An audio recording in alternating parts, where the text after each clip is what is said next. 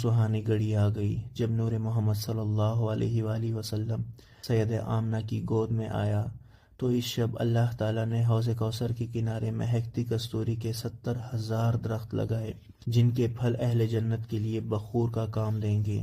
اس واقعے کی یادگار میں پھر آسمان پر ایک ستون زمرد کا اور ایک ستون یاقوت کا نصب کیا گیا۔ 3 جھنڈے مشرق، مغرب اور کعبہ کی چھت پر نصب کیے گئے۔